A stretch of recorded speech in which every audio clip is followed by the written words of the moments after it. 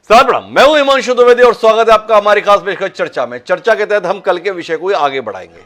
कल हमारी बातचीत हुई थी संसद में जो कुछ चल रहा है। संसद में माना जा रहा है कि यह अंतिम सत्र ही चल रहा है क्योंकि इसके बाद आम चुनाव होने हैं। इस शीतकालीन सत्र में कई महत्वपूर्ण विषयों पर चर्चा की उम्मीद देश करता था। देश के आप खुले मन के साथ चर्चा कीजिएगा, पर 8वां दिन आते आते चर्चा के सारे अवसर खत्म हो गए। कुल मिलाकर 13 तारीख को अर्थात 13 दिसंबर को 2 लोग दर्शक दीर्घा से सदन के अंदर कूदे और उस कूदने के चलते उस समय तो वो बहुत कुछ नहीं कर पाए, पर आज की तारीख में नतीजा यह है कि 141 सांसद सदन से बेदखल कर दिए गए। निलंबन की कार्रवाई के तहत राज्यसभा और लोकसभा से मानो प्रतिस्पर्धा चल रही है कि कहां से कितने सांसद बाहर के रास्ते पर जाएंगे। प्रतिस्पर्धा दोनों पक्ष से है। सत्ता पक्ष के संदर्भ में आरोप है कि वो जानबूझकर प्रतिपक्ष के खिलाफ ऐसी कार्रवाई आसंदी से करा रहा है। वहीं प्रतिपक्ष भी अपनी तरफ से हर वो उपक्रम कर रहा है जिसके तहत निलंबन की कार्रवाई हो ही जाए। संसद में एक बाकायदा नियमावली है लोकसभा की और राज्यसभा की, जिसमें यह बताया हुआ है कि सदन में अगर सदस्य इस प्रकार का आचरण करेंगे तो आसंदी के पास अधिकार होगा उनके खिलाफ कार्रवाई करने का, जिसमें वेल में आना अर्थात गर्भगृह में आना, जिसमें तख्तियां लहराना, कागज फाड़ना, आसंदी के निकट पहुंचना, ऐसे तमाम प्रावधान हैं। वो सारी कोशिशें की जा रही हैं। तो आज हम इसी पर बात करेंगे कि आखिर प्रतिपक्ष इसके माध्यम से क्या दिखा रहा है और सत्ता पक्ष भी इस गतिरोध को तोड़ने के लिए पहल करने के स्थान पर इसको और बढ़ावा देने की कोशिश क्यों कर रहा है। इस महत्वपूर्ण चर्चा का हिस्सा बनने के लिए हमारे साथ 4 खास मेहमान मौजूद हैं। उनसे आपका परिचय कराएं और देश के सर्वोच्च पंचायत के संदर्भ में जुड़े हुए इस विषय पर कुछ गंभीर विमर्श करने की हम तो अपने स्तर पर कोशिश करें, क्योंकि ये सर्वोच्च पंचायत तो कोई विमर्श कर नहीं रही। उससे पहले लेकिन समय है आज के विचार सूत्र का। हमारा आज का विचार सूत्र ये कहता है कि निष्पक्षता के बिना न्याय मौजूद नहीं हो सकता, न्याय के बिना विकास मौजूद नहीं हो सकता और लोगों की पहचान और मूल्यों के सम्मान के बिना लोकतंत्र मौजूद नहीं हो सकता। रिगोबर्टा मेंचू ग्वाटेमाला के जो मानवाधिकार कार्यकर्ता थे, नोबेल शांति पुरस्कार से सम्मानित थे, उन्होंने ये कमाल की बात कही थी। इसको ध्यान में रखते हुए हम अपनी चर्चा को आगे बढ़ाते हैं। हमारा इस चर्चा का हिस्सा बनने के लिए 4 खास मेहमान मौजूद हैं। हमारे साथ में सुशील गुप्ता जी हैं, सांसद हैं, आम आदमी पार्टी के बड़े नेता हैं। डॉक्टर चिंतामणि मालवी जी हैं, भारतीय जनता पार्टी के बड़े नेता हैं, वो भी हमारे साथ जुड़ेंगे। ब्रजमोहन श्रीवास्तव जी हैं, राष्ट्रीय महामंत्री हैं राष्ट्रवादी कांग्रेस पार्टी के, और साथ ही वरिष्ठ पत्रकार राजकुमार सिंह जी भी हमारे साथ हैं। आप सभी का स्वागत है। पर चर्चा की शुरुआत हम कुछ बयानों के साथ करेंगे। एक बार दृष्टि डालते हैं उन बयानों पर जो हमारे कार्यक्रम की बुनियाद है। श्रीमती सुप्रिया सुले, श्री सप्तगिरी उलाका, श्री अदूर प्रकाश, श्री अब्दुल समद समदानी, श्री मनीष तिवारी, श्री प्रद्युत बारदोलोई, श्री फारूक अब्दुल्ला, श्रीमती ज्योत्सना महंत, श्री शशि थरूर, श्री कार्ति चिदम्बरम, श्री सुदीप बंदोपाध्याय, श्रीमती डिम्पल यादव। माननीय सदस्यगण, ये बड़ा अप्रिय प्रसंग है कि अनेक बार आपसे अनुरोध किए जाने के पश्चात भी आप निरंतर नियमों की अवहेलना कर रहे हैं, चेयर की अवहेलना कर रहे हैं। ये वास्तव में कोई ऐसी किसी को भी प्रसन्न करने वाली बात नहीं है, परंतु आपने विवश किया है। बराबर आग्रह के पश्चात भी आप मर्यादा का निरंतर उल्लंघन कर रहे हैं। सारा देश हमको देखता है। विवश होकर के मुझे इन सब नामों को नेम करना पड़ रहा है। कोई ऐसी बात नहीं। वो कह रहे गृह मंत्री का जवाब नहीं बनता है, जो क्योंकि संसद की सुरक्षा का मामला वो संसद स्पीकर के विशेष अधिकार में आता है। मुझे ये बताइए, पुलिस किसके हाथ में है? वो सारी होम मिनिस्ट्री के नीचे है। तो क्या हो जाता अगर वो 5 मिनट आते और कहते जनाब ये हो गया है, हम इस पे कार्रवाई कर रहे हैं, और क्या कहना था? तो देखा दे ये जो हो रहा है देश में बहुत गलत हो रहा है। और क्या मांग थी हमारी? हम सिर्फ एक रिप्लाई, जो हादसा हुआ है, जो हल्ला हुआ है संसद में, उस पर सिर्फ चर्चा चाह रहे हैं। ऐसे क्या मांग हम कर रहे हैं? चर्चा तो होनी चाहिए। और सिर्फ हमारे लिए नहीं, बीजेपी के सांसद है, यहाँ की सिक्योरिटी है, प्रेस वाले, सबके लिए ही है। मुंह से लोकसभा को मंदिर कहेगी। यहाँ जनता से चुनकर के लोग आते हैं अपनी बात कहने के लिए। सहमति असहमति हो सकती है, अपनी बात रख सकते हैं। यहाँ तमाम पुरानी बिल्डिंग में मनुस्मृति की चीजें रखी हैं कि यहाँ हमें अधिकार है कि हम अब सही बात करें। ये सरकार सही बात सुनना ही नहीं चाहती है। जब सत्ता पक्ष के लोग आकर के मीडिया में कहते कि साहब ये मेंबर जो है ये संसद की मर्यादा भंग कर रहे थे, मैं सुन रहा हूं कि जो प्रिजाइडिंग ऑफिसर्स हैं वो कह रहे हैं कि संसद की मर्यादा भंग कर रहे हैं, इसलिए इन सांसदों को जो है सस्पेंड किया है। वोट की कोई हद नहीं है। आपके एक बड़े नेता एक सांसद के असंसदीय व्यवहार को वीडियो कर रहे थे। आपसे भी बहुत बड़े नेता हैं वो। मैं तो यही कह सकता हूं, सद्बुद्धि आए। कुछ तो सीमा होती होगी, कुछ जगह तो बख्शो, कुछ जगह तो बख्शो। Videographing another member of another party, mimicry of the chairman, mimicry of speaker, how ridiculous, how shameful, how unacceptable. आज तक कितने एजिटेशन ऐसे नहीं हुए, कितने लोग एमपीज अपनी बात रखने के लिए कोशिश नहीं की है, लेकिन इस बार वो खुद ही मोदी और शाह दोनों नहीं आना चाहते सदन में, और वो बाहर लेक्चर दे रहे हैं। कोई भी वाराणसी जाते हैं, कभी अहमदाबाद जाते हैं, लेकिन यहाँ हाउस चल रहा है। ये तो सदन की गरिमा को वो लोग एक तरफ से उन्होंने अपमान किया है। टोटल ये दोनों बिल्डिंग जो है ये स्पीकर के अधीन आता है, स्पीकर के कार्यक्षेत्र में आता है। स्पीकर साहब ने जो कुछ भी आदेश दिया सर्वदलीय बैठक बुला के, वो आदेश सरकार इन लेटर एंड स्पिरिट हम फॉलो कर रहे हैं। तो इसके बावजूद भी अभी कोर्ट में भी है मामला और जांच चल रहे हैं, उच्च स्तरीय जांच चल रहा है, high level inquiry is going on. तो सबकी अपनी अपनी दलील है। विपक्षी दलों का कहना यह है कि भाई हमने चाहा क्या, गृह मंत्री जी इसके संदर्भ में बयान दें, वे चर्चा हो, इसके लिए भी तैयार नहीं है। वहीं सत्तारूढ़ दल बता रहा है कि विपक्ष के पास में कोई काम वाम तो है नहीं है। संसदीय कार्य मंत्री प्रहलाद जोशी वो बोल रहे हैं कि हो तो गया, बैठक हो गई, निर्देश हो गए, निर्देश का पालन हो रहा है, मामला कोर्ट में भी है, फिर किस लिए सब। तो इसकी रोशनी में समझने की कोशिश करते हैं। 141 सांसद निलंबन के साथ इस समय देश में मौजूद है। हमारे साथ में सुशील गुप्ता जी, तो उनसे ही समझने की कोशिश करते हैं। चिंता किस बात को लेकर सुशील जी? संसद में कोई घुसाया था उसको लेकर है, या 2024 में भी भाजपा कहीं आ तो नहीं जाएगी इसको लेकर है, इसलिए इतने परेशान है? वस्तुतः परेशानी क्या है? परेशानी एक है संसद की सुरक्षा जी। जब संसद को लोकतंत्र का मंदिर माना जाता है, वहां पे दो युवक कूदते हैं जी और एक रंगीन गैस छोड़ते हैं। वो जहरीली गैस भी हो सकती थी, कई सांसदों की जान खतरे में भी हो सकती थी, परंतु पूरी कोशिश के बावजूद भी सरकार जवाब देने के लिए तैयार नहीं है। सांसदों ने मांग की कि सुरक्षा की में चूक हुई है, चूक करने वाले अधिकारियों के खिलाफ एक्शन होना चाहिए, और इसके अंदर क्या कार्रवाई हुई, कैसे चूक हुई, गृह मंत्री आते हैं इस पर बयान दे। गृह मंत्री जब हर रोज संसद में आते हैं तो इस मुद्दे पे बयान देने में उसको तकलीफ भी नहीं होनी चाहिए थी, उनको बयान देना चाहिए। सारी दुनिया के अंदर मैंने आज तक ऐसा नहीं देखा कि 141 सांसदों को 2 दिन के अंदर सस्पेंड कर दिया जाए। क्या भारतीय जनता पार्टी विपक्ष विहीन संसद चाहती है? लोकतंत्र है या ये अघोषित आपातकाल है?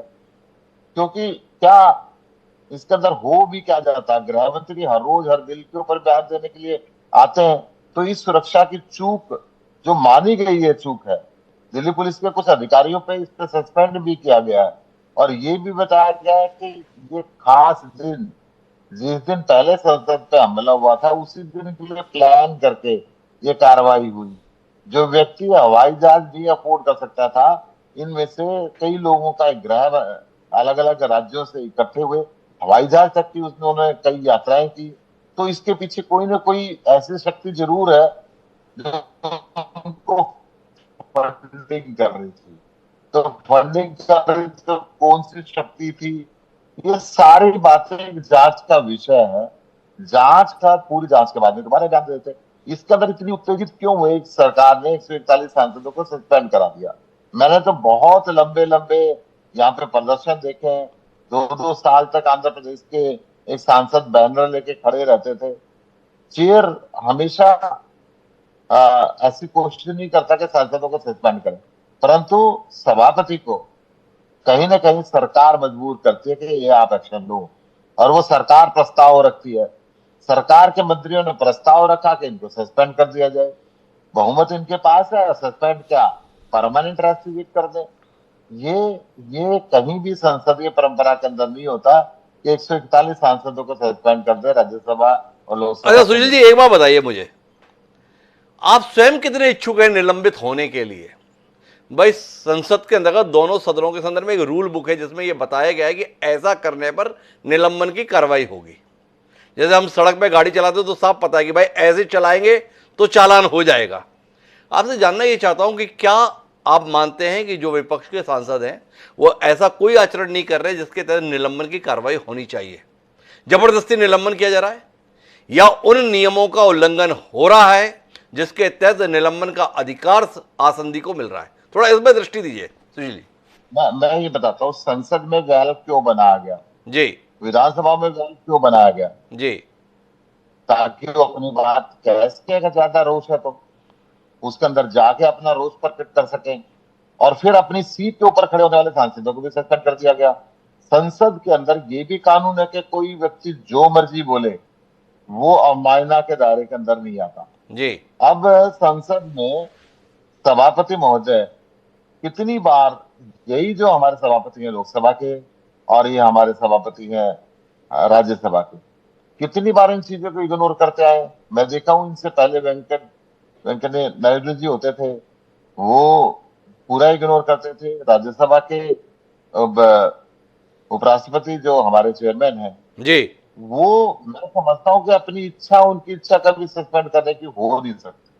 मैं पूरे विश्वास है मुझे, परंतु सरकार अगर मजबूर करे तो वो भी मजबूर है उसके सामने। सरकार विपक्ष को चाहती ही नहीं है, सरकार बिल्कुल हर बात को दबा देनी चाहती है। पिछले सत्र के अंदर हमने जो इसका मणिपुर के अंदर जघन्य हत्याएं हो रही है, ऐसा कांड हो रहा है, उसके ऊपर चर्चा की मांग की थी, बिल्कुल नहीं करी। उससे पहले सत्र के अंदर अडानी जी के खिलाफ जो एक आर्थिक स्कैम हुआ था उस पर चर्चा की मांग की थी, नहीं की। तो सरकार अपनी तरफ से कोई जवाब नहीं देना चाहती। मणिपुर तो सारा देश, सारी दुनिया देख रही है कि कितनी जघन्य हत्याएं वहां पे हो रही है। पूरा का पूरा महिलाओं के साथ निर्वस्त्र उनको घुमाया गया, फिर भी सरकार ने उसको चर्चा करनी उचित नहीं समझी। तो ऐसी स्थिति के अंदर सांसद क्या करेंगे? सांसद तो अपने विपक्ष का दायित्व निभाते हैं कि भाई नहीं, हम जनता की आवाज को उठा रहे हैं और उस आवाज को सरकार को सुनना चाहिए। सरकार सुशील जी का कहना भाई हम तो जनता की आवाज उठा रहे हैं, गर्भगृह होता ही किस लिए? अपना रोष व्यक्त करने के लिए होता है, हम रोष व्यक्त कर रहे हैं। पर मेरे साथ में इस समय बृजमोहन श्रीवास्तव जी है, वह भी विपक्ष का एक प्रमुख चेहरा है। तो बृजमोहन जी, मैं समझना ही चाहता हूं कहीं ऐसा तो नहीं कि आप सत्ता पक्ष के हाथों ट्रैप हो रहे हैं? सत्ता पक्ष जैसा चाहता है वैसा खेल का शिकार आप हो जाते हैं। सोचते आप है कि हम खेल खेल रहे हैं, पर खेल आप उनके अनुसार खेल रहे हैं। क्या कहते हैं? 13 तारीख को ये कूदफांद हुई संसद के अंदर और आज हो गई 19 तारीख, 3 दिन और बचे हैं, हो गया सत्र। सरकार तो चल ही रही है, सरकार के अनुसार चल रही है। क्या कहते हैं? डॉक्टर, मैं पहले स्पष्ट कर दूं, हम लोग एनडीए के साथ काम कर रहे हैं और अभी जो हाल की जो घटना घटी है ये अपने आप में बहुत ही शर्मनाक और पूरी तौर से लोकतंत्र का मजाक बनाने वाली घटना है। देखिए कि लोकसभा में आपने रूल बुक का जिक्र किया कि लोकसभा के संचालन के नियम किन लोगों ने बनाए हैं। आपने और मैंने नहीं बनाए, ये संचालन के नियम वहीं के माननीय सांसदों ने बनाए हैं। अब अगर वो ही उन नियमों की अवहेलना करते हैं, वही यदि उसकी विपरीत जाके आचरण करते हैं, तो आसंदी क्या करेंगे? उनको समझाने की कोशिश की जाएगी। फिर भी यदि वो अनियंत्रित होते हैं तो जो रूल बुक में लिखा है उसके अनुरूप उनके खिलाफ कार्रवाई होगी। मैं ये सोचता हूं कि अभी इस पूरे मामले में विपक्ष पूरी तौर से, चूंकि सामने एक सशक्त नेता के रूप में आदरणीय नरेंद्र मोदी जी हैं और जिस प्रकार से अभी हाल के चुनाव हुए उसके भी जो परिणाम आए, वो जो देश का कुल मिला के वातावरण है उससे ऐसा लगता है कि देश ने मन बना लिया है कि वो एनडीए की सरकार को फिर से बनाएगा और आदरणीय नरेंद्र मोदी जी को देश का प्रधानमंत्री के रूप में देखना चाहती है जनता। इस बात से परेशान होके विपक्ष इस समय पूरी तौर से हताश और निराशा के सागर में डूब रहा है, और यही इसका सबसे बड़ा सबूत अभी हाल की घटना है। अरे रुकिए जब अब आप तो मोदी जी के रूप में इतने सशक्त नेता को पा ही चुके हैं, आपने बता दिया, तो थोड़ा ये समझाइए कि ऐसे सशक्त नेता, ऐसा सशक्त दल, ऐसा सशक्त नेतृत्व होते हुए भी संसद में सवालों का जवाब देने से बच क्यों रहा है? भाई संसद की सुरक्षा में सेंधमारी हुई, इसके संदर्भ में अगर सरकार अपनी तरफ से वक्तव्य संसद में दे दे तो उसकी शान में क्या कमी हो जाएगी? क्या उसके लिए यह अपमानजनक हो जाएगा? थोड़ा इसके विषय में बताएं। संसद है किस लिए भाई? डॉक्टर साहब देखिए, आदरणीय स्पीकर महोदय ने सर्वदलीय बैठक बुलाई, उसमें सारे लोग एकत्रित हुए, वहां बैठकर फैसला हो गया। वहां जो फैसला हुआ है उसके अनुरूप आसन जी ने कार्रवाई शुरू कर दी, एक उच्च स्तरीय समिति बना दी है जो पूरी घटना की विस्तृत जानकारी एकत्रित करेगी, जांच करेगी और उसके बाद उसको पार्लियामेंट में रखा जाएगा। मैं रोकना चाहूंगा ब्रजमोहन जी, ये संसद क्या कुछ दलों की बंधक हो गई है, या ये संसद इस देश के लोगों की संपत्ति है? इस संसद में इस देश के लोगों के द्वारा चुने गए प्रतिनिधि बैठते हैं। संसद की सुरक्षा के संदर्भ में क्या गफलत हुई, इसको देश को जानने का अधिकार नहीं है। सरकार इस पर क्या कर रही है, यह जानने का अधिकार इस देश की जनता को नहीं है। संसद में अगर इस विषय पर वक्तव्य आ जाए सरकार के द्वारा तो उससे सरकार की शान में कोई गुस्ताखी हो जाएगी, इसलिए नहीं दिया जा रहा। या विपक्ष ऐसा क्या चाह रहा है जिसके संदर्भ में आपको लगता है नहीं ये कैसे हो सकता है? जी डॉक्टर साहब देखिए, इस पे हो क्या रहा है जी। विपक्ष ये चाहता है कि बगैर किसी जानकारी के, बगैर किसी इन्वेस्टिगेशन के देश के गृह मंत्री पहुंचे और वो अपना एक बयान दे दें। आदरणीय गृह मंत्री जी ये चाहते हैं कि हम पहले इसकी जांच की इसके पूरे सूत्र ढूंढें, आखिर ये करने वाले लोग कौन थे, इसके पीछे कहीं कोई और तो एजेंसियां नहीं है, क्योंकि ये बहुत महत्वपूर्ण बात है। जिस प्रकार से अभी आप देख रहे हैं कि विदेश में जो कुछ लोग बैठे हुए हैं उन्होंने घोषणा कर रखी थी कि हम इस तारीख को, जिस दिन इसकी बरसी मनाई जाएगी, उस दिन हम कोई ऐसी कार्रवाई करेंगे। तो इसके पीछे बहुत ही गंभीर और इंटरनेशनल कनेक्शंस भी हो सकते हैं। इन सारी संभावनाओं को ध्यान में रख के अगर सरकार बेहतर तरीके से इन्वेस्टिगेशन करने के बाद अगर अपना पक्ष रखना चाहती है पार्लियामेंट में, तो इसके लिए तो लोकसभा के माननीय तो ब्रजमोहन जी, इसमें कोई दिक्कत है कि यही बात अगर गृह मंत्री जी संसद में कह देते कि ये गंभीर विषय है, इसके संदर्भ में विस्तृत जांच की अपेक्षा है, सरकार इसकी हर स्तर पर जांच कराई जा रही है और जैसे ही जांच के निष्कर्ष आएंगे मैं सदन के बीच में लेकर आऊंगा, इसमें कोई दिक्कत, इसमें कोई परेशानी, इसमें कोई उलझन नहीं, ये बात आदरणीय ओम बिरला साहब कह चुके हैं और सर्वदलीय बैठक में चर्चा हो चुकी है। लेकिन उसके बाद अगर हाउस में पहुंचकर पूरे देश को दिखाने के लिए अगर विपक्ष इस प्रकार की हरकत करता है तो निश्चित रूप से ये चीज ठीक नहीं है। मुझे राजकुमार जी के पास जाना है, लेकिन इससे पहले मैं सुशील गुप्ता जी से जानना चाहूंगा। भाई ब्रजमोहन जी कह रहे हैं सर्वदलीय बैठक में हो तो गया था सब कुछ, काहे तमाशा कर रहे हो देश को दिखाने के लिए? ऐसा क्यों कर रहे हो सुशील जी? आप देश के बीच में क्यों तमाशा करना चाहते हो भाई? ब्रजमोहन जी ने एक और बड़ी गंभीर बात कही जी कि विदेश में बैठे हुए लोगों ने पहले ही घोषणा कर दी थी कि बरसी के दिन हम ये ऐसा कराएंगे। ये कहां से आया बीजेपी के लोगों के पास? ये सूत्र ब्रजमोहन ने घोषणा कर दी थी, उसके बाद सुरक्षा में इतनी बड़ी चूक हुई। पहले घोषणा करके तो कोई ये किसने घोषणा की थी, कौन से देश के लोगों ने घोषणा की थी? ब्रजमोहन जी जरा इस पे भी रोशनी डाले, इन्होंने जो बात कही है। तो सुशील जी तो एक नए एंगल पे चले गए, बोले ये तो बहुत गंभीर मसला है, पहले से बता दिया गया था विदेश में बैठ के कि बरसी पर, जो हमले की बरसी है संसद पर, हम ऐसा कुछ करेंगे और ऐसा कर भी दिया, इतनी बड़ी चूक। तो इसके संदर्भ में थोड़ा उत्तर खोजिएगा ब्रजमोहन जी। लेकिन मेरे पास इस पर तटस्थ राय देने के लिए राजकुमार सिंह जी हैं। क्या देख रहे हैं राजकुमार सिंह जी? जिद पर अड़े हैं दोनों पक्ष, या दरअसल अब दोनों ही पक्ष चर्चा के संदर्भ में कोई आकर्षण तो रखते नहीं है? कुल मिला के संसद होती ही इसलिए अब कि आओ, बैठो, हंगामा करो और जाओ।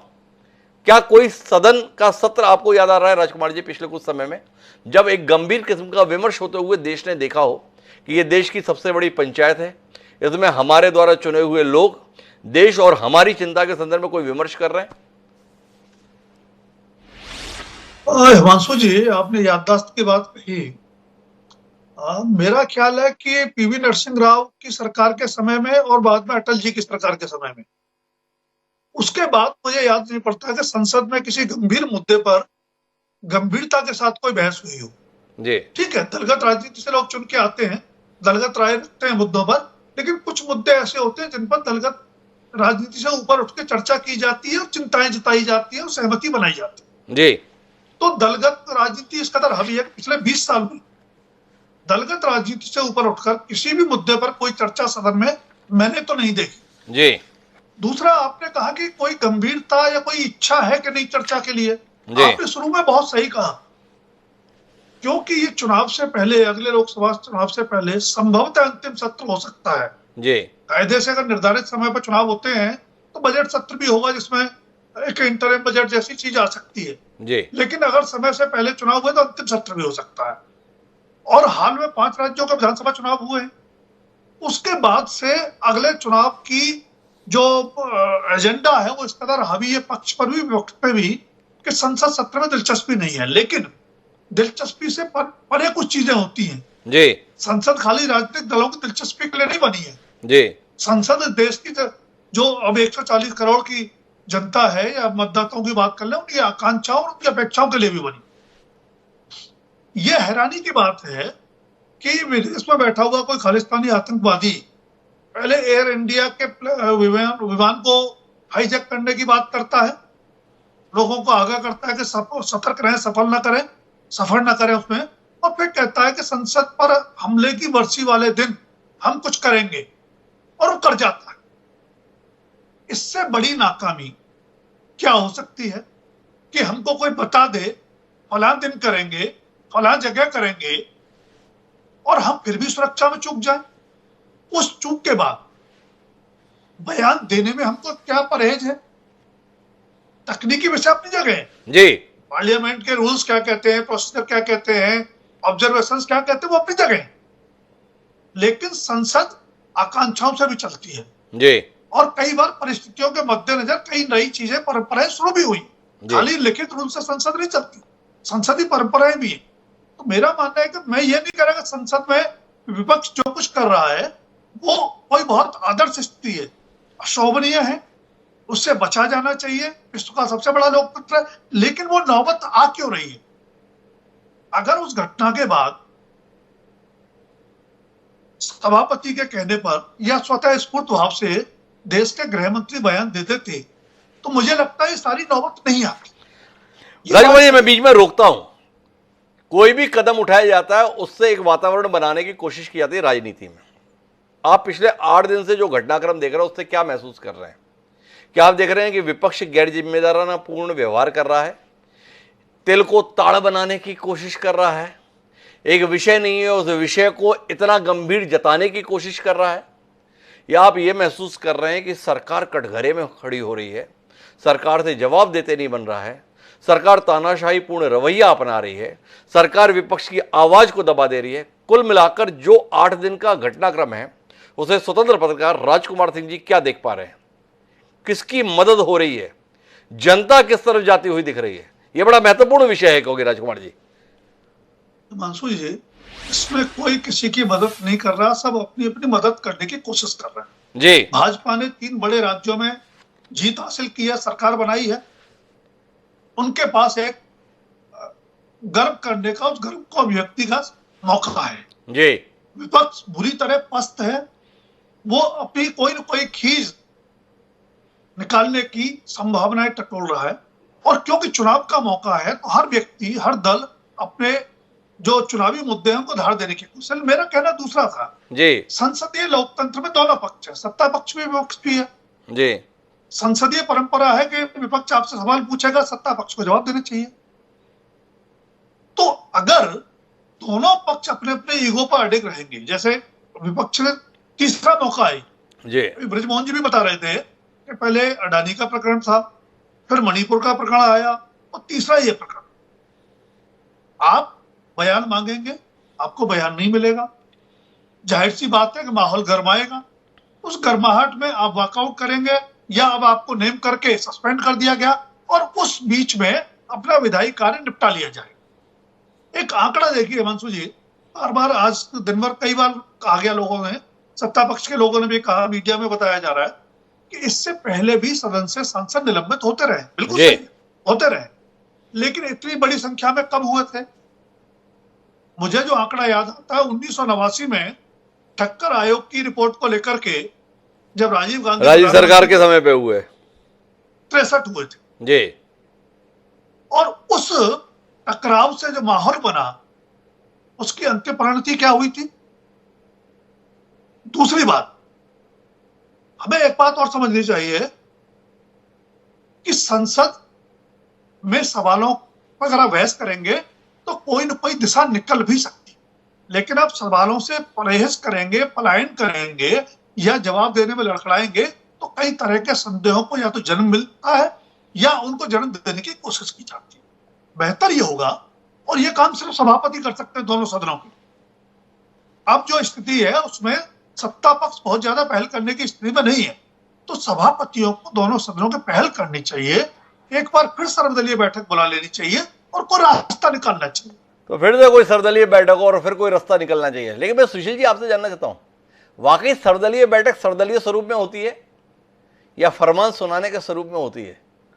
राजकुमार जी ने एक बहुत अच्छी बात की जी कि संसद में सरकार का पक्ष बनता है कि वो जवाब दे जी, और 3 मुद्दे इन्होंने गिनाए, तीनों पे आज तक जवाब नहीं दिया जी।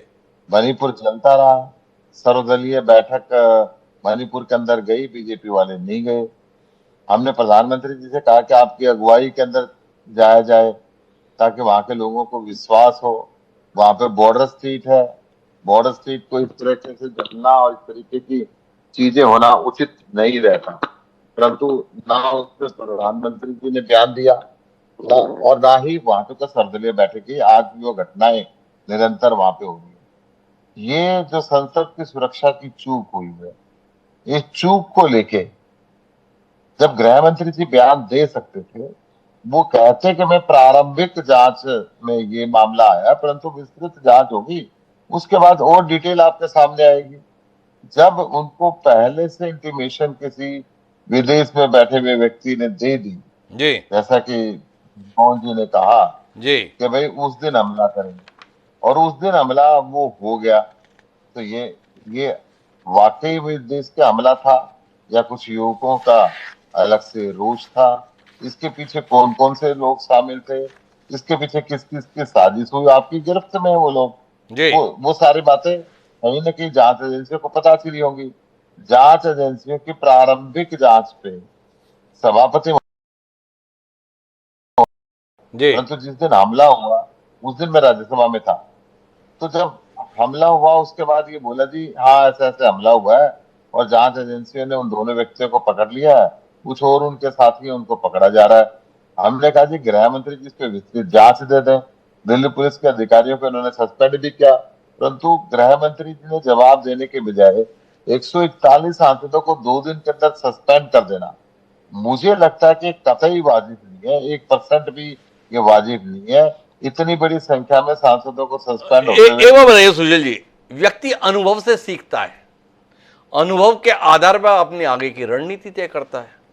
भाई 13 तारीख को घटना हुई, 14 तारीख को हंगामा हुआ, नतीजा क्या हुआ? 13 सांसद लोकसभा से और 1 सांसद राज्यसभा से निलंबित कर दिया गया। ये घटना के अगले दिन 14 दिसंबर फिर आई 18 दिसंबर, 45 सांसद लोकसभा से और 33 सांसद राज्यसभा से सस्पेंड हो गए हंगामा करके।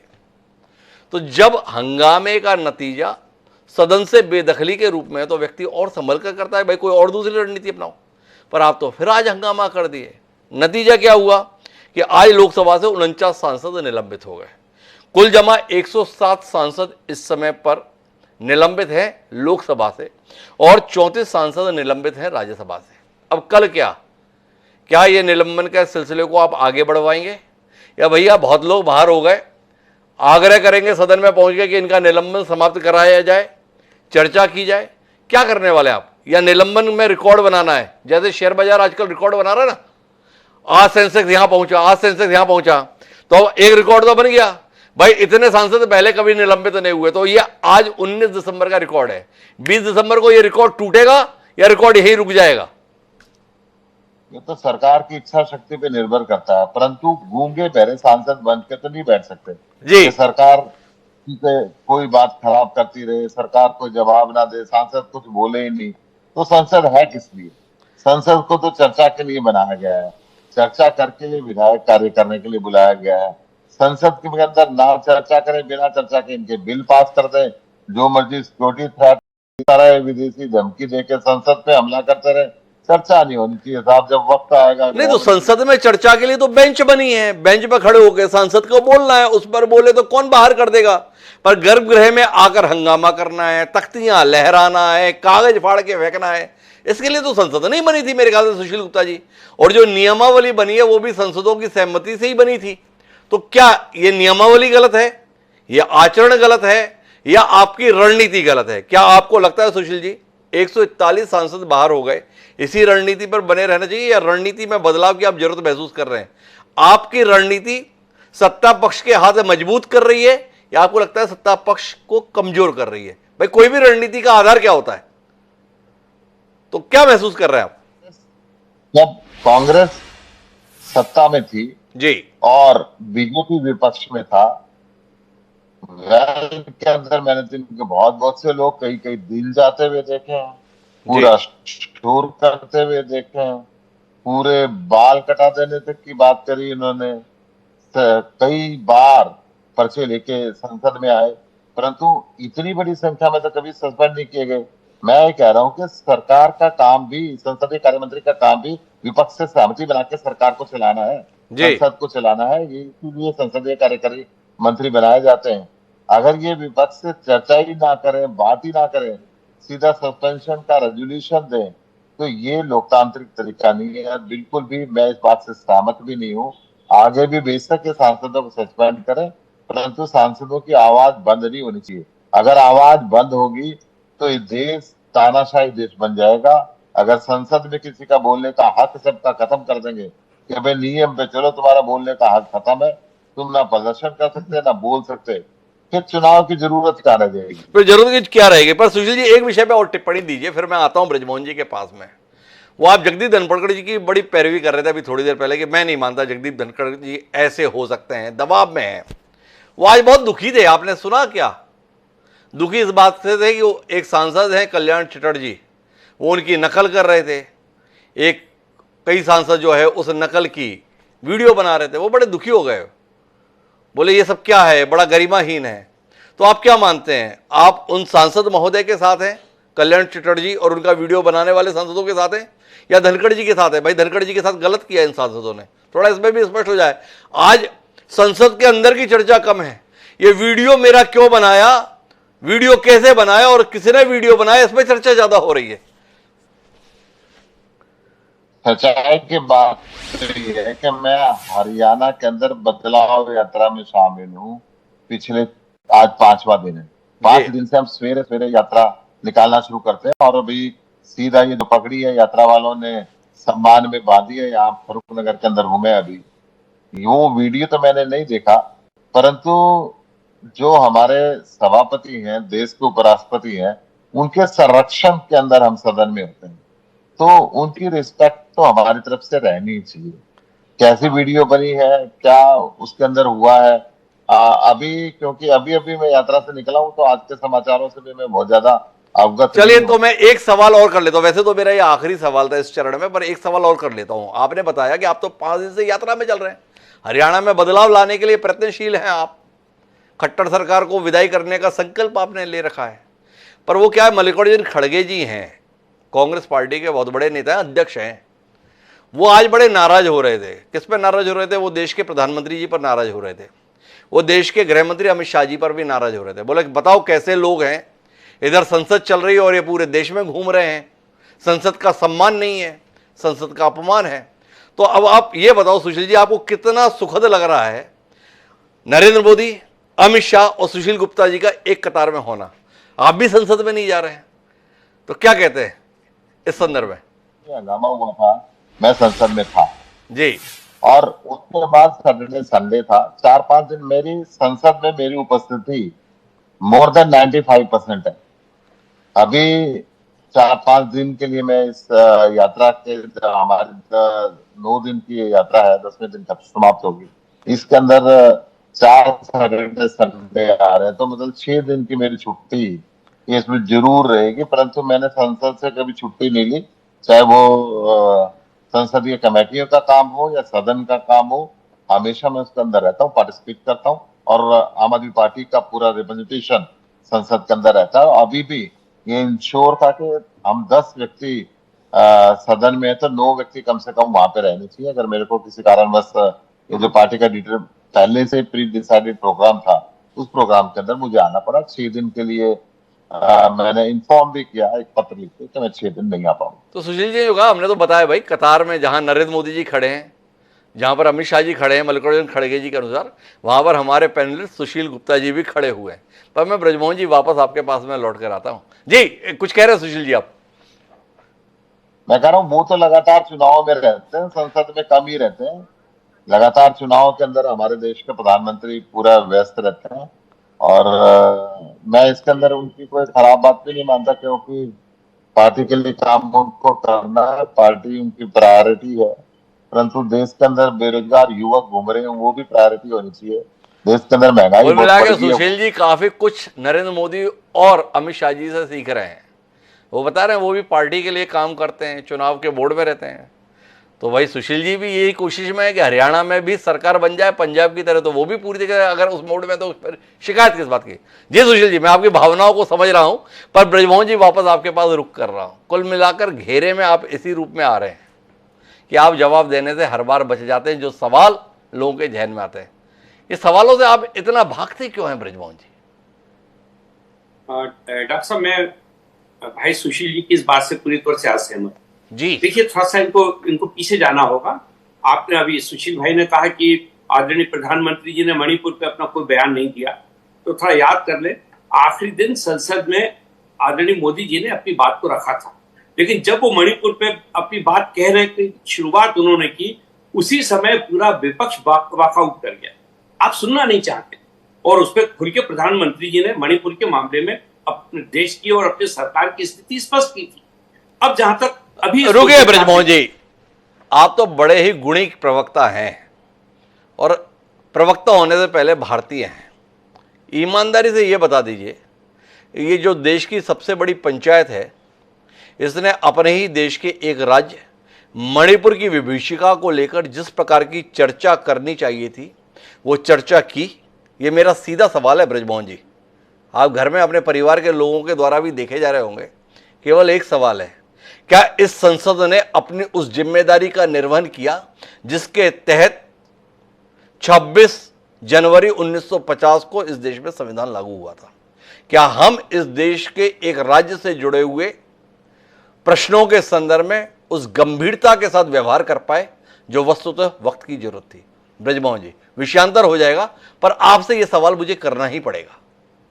नहीं, देखिए डॉक्टर साहब, मैंने जितना संसद में जितनी चर्चा को सुना और जिस प्रकार से उसकी रिपोर्टिंग न्यूज़पेपर पे और मीडिया के माध्यम से हम लोगों के सामने आई, उससे मुझे ऐसा लगता है कि एक देश का एक ऐसा राज्य जो बिल्कुल बॉर्डर पे है, बॉर्डर स्टेट है वो, और वहां पे दूसरे देश की सीमाएं हैं, उनके लिए जिस बेहतर तरीके से जो बात कही जानी चाहिए थी, मुझे लगता है उन सारी बातों को सरकार के माध्यम से रखा भी गया और उसमें सांसदों ने चर्चा भी की। हमने तो सरकार की बात ही नहीं की ब्रजमोहन जी, हमने तो केवल संसद के संदर्भ में सवाल किया था। आप तो सफाई देने पर आ गए।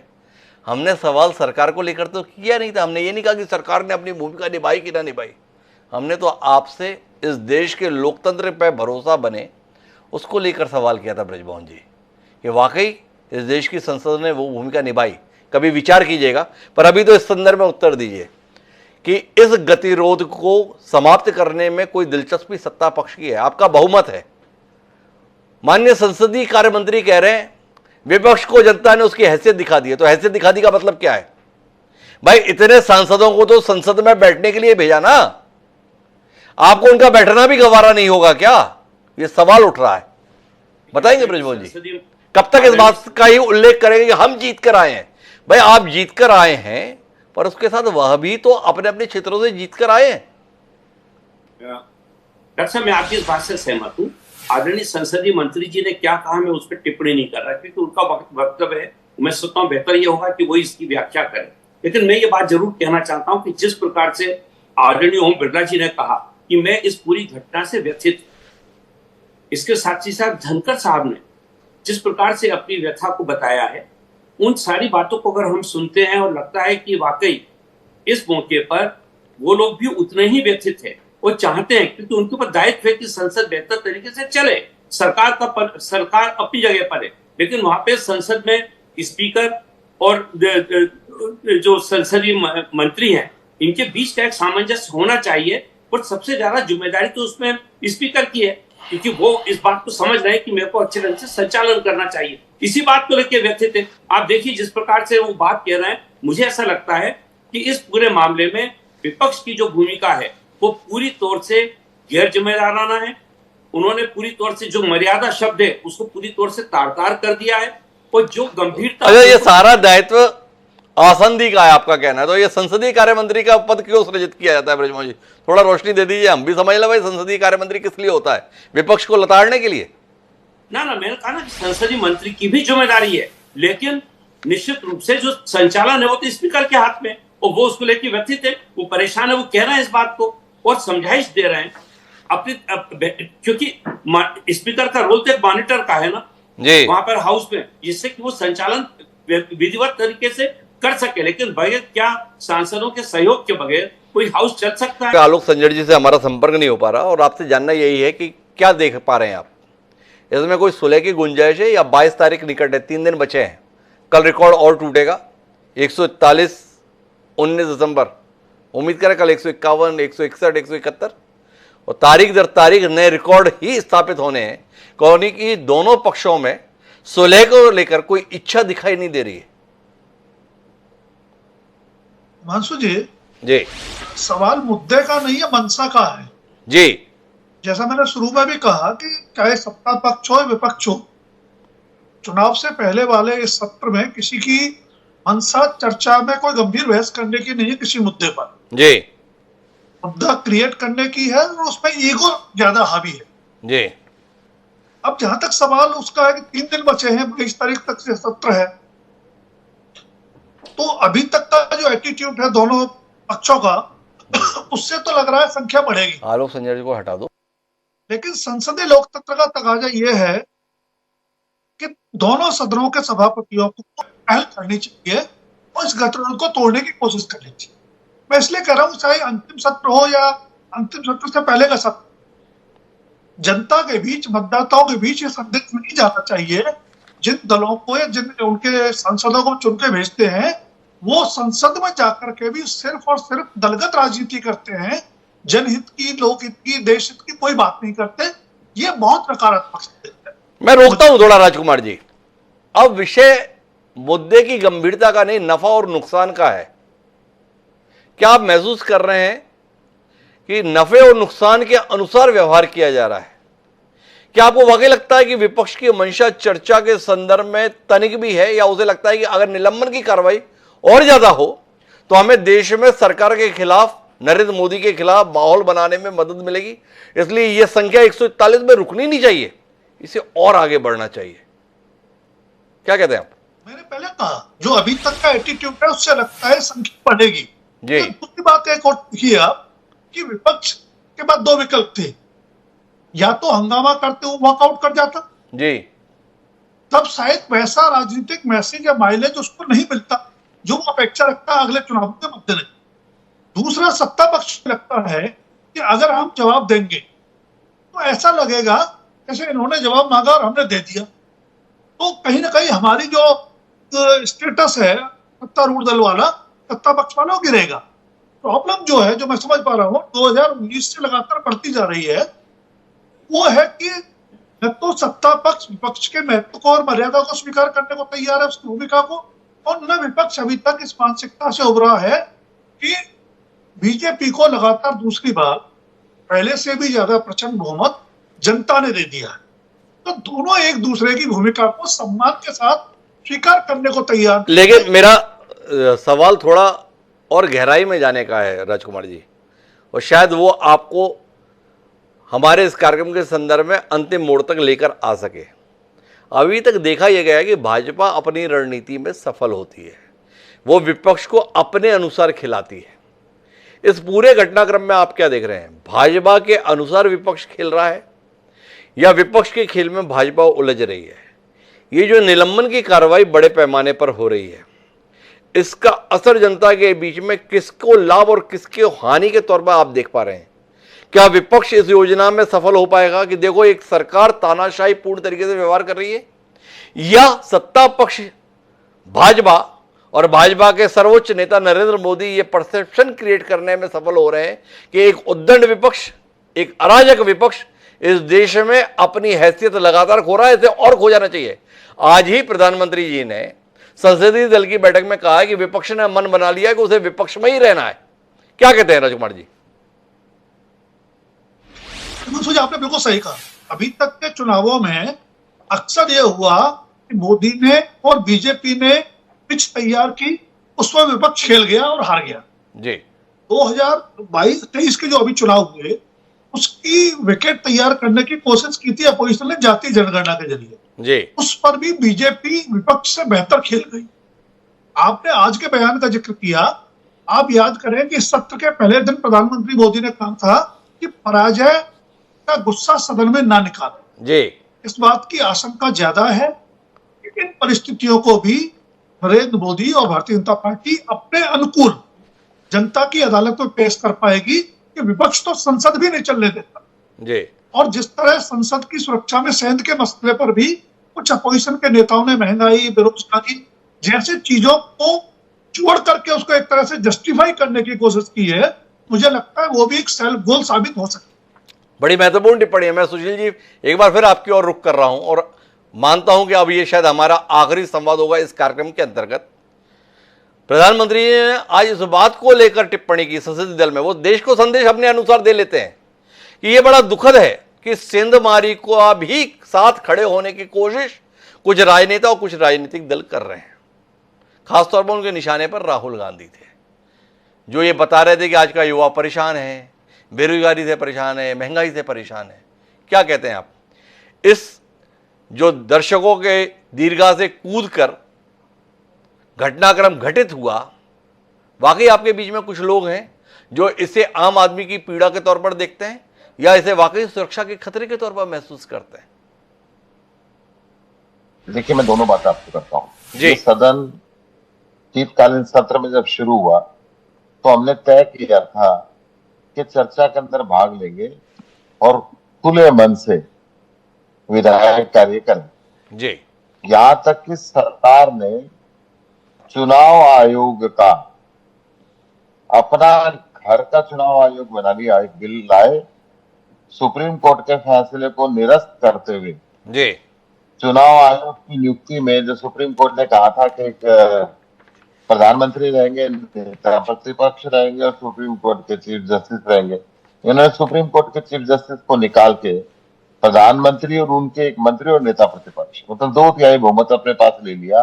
वहां पे भी हमने हंगामा नहीं किया जी, परंतु वो बिल के अंदर चर्चा की, ये कहा कि ये गलत है, ये चुनाव आयोग को पंगु बनाने वाली बात है, ये अपने व्यक्ति को अपॉइंट करेंगे, देश में निष्पक्ष चुनाव का माहौल खत्म हो जाएगा। परंतु जब संसद में कूद गए तो सुरक्षा के अंदर बड़ी भारी चूक थी। एक रंगीन गैस, जो रंगीन गैस जहरीली गैस भी हो सकती थी।